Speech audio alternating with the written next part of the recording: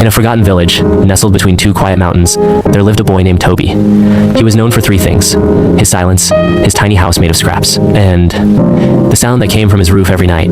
Clink, clink, tap, bang. No one knew what he was doing. They just called him the strange boy with the noisy roof. You see, Toby had a dream.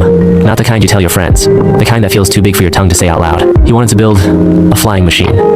Not because he wanted fame, not to escape, but because when he was 5, he told his mama, "One day you'll see the world from above, not just from that window." She smiled then, but a week later, she fell sick, and she never left the bed again. So every night, after working odd jobs cleaning shoes, stacking bricks, painting fences, Toby climbed onto his roof, piecing together broken fans, metal scraps, discarded wires, learning from books no one lent him, watching birds to study wings. People laughed.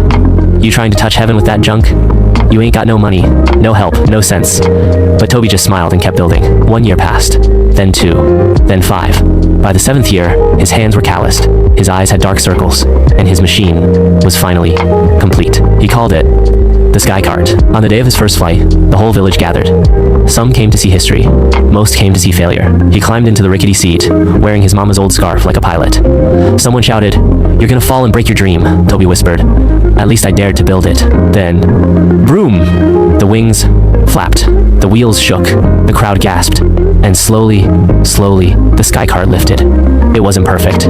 It wobbled, it groaned, but it flew. And as he soared over the rooftops, his voice cracked through the wind, shouting, "Mama, we did it!" She couldn't see it, but deep in her window, they say the curtain fluttered like a hand waving goodbye. From that day, no one called him the strange boy anymore.